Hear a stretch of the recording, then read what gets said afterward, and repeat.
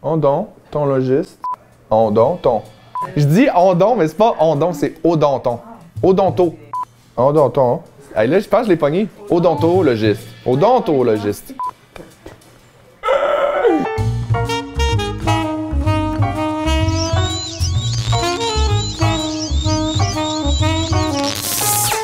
Allô, Félix-Antoine Tremblay, j'ai rendez-vous à 15h30. Merci.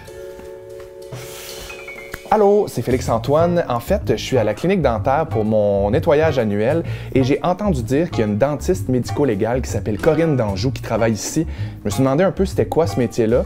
Il reste quelques minutes avant le début de mon rendez-vous et je me suis dit que Corinne pourrait venir nous parler. Q Corinne! Salut Félix-Antoine! Salut, ça va bien? Ben oui, C'était pas prévu pantoute. Mais non, c'est pas du tout. Hein? Là, j'aimerais ça savoir c'est quoi exactement ton travail parce que j'ai entendu dire que sans voir mon visage, sans savoir je suis qui, tu peux réussir à m'identifier. 90 % de mon travail, ça consiste à identifier des personnes décédées qui ne sont pas identifiables visuellement. Donc, un traumatisme ou un incendie, la décomposition, quelqu'un de noyé. On a aussi toutes les situations où on a plusieurs personnes qui vont décéder dans un événement comme une attaque terroriste, un accident d'avion, des désastres naturels, les ouragans, les tsunamis.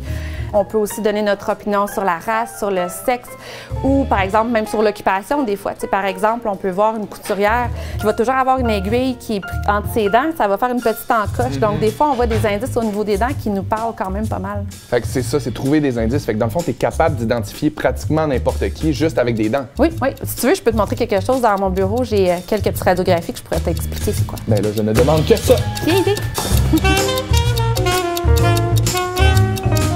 Par exemple, si je te montre cette photo-là, est-ce que tu es capable de me dire c'est qui?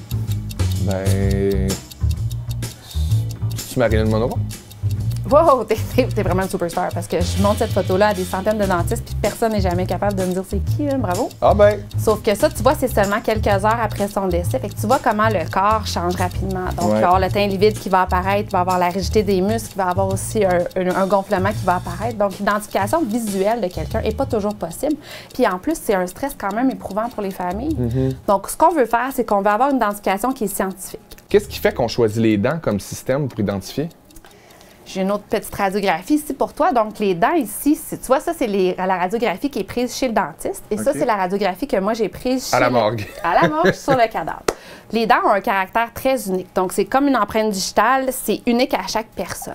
Autant par leur forme, donc ce qu'on appelle la morphologie, tu vois les racines, le nerf des dents, que par le support osseux ou encore par les plombages qui sont faits par un dentiste. Donc, on a énormément de points de comparaison au niveau des radiographies dentaires. Ça nous permet d'identifier quelqu'un avec les dents.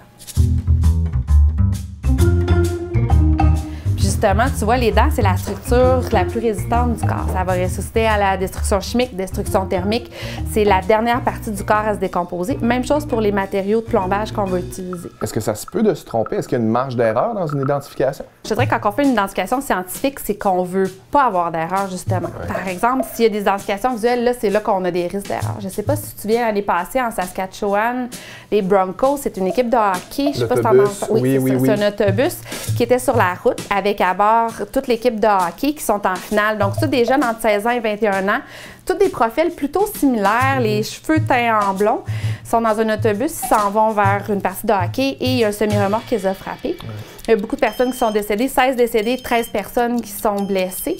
Les identifications sont faites visuelles, mais là, il y a un mélange qui est fait. Donc, on pensait que quelqu'un était décédé, mais non, il était hospitalisé et vice-versa. On veut avoir une identification scientifique pour cette raison. Pour éviter ces quiproquos-là.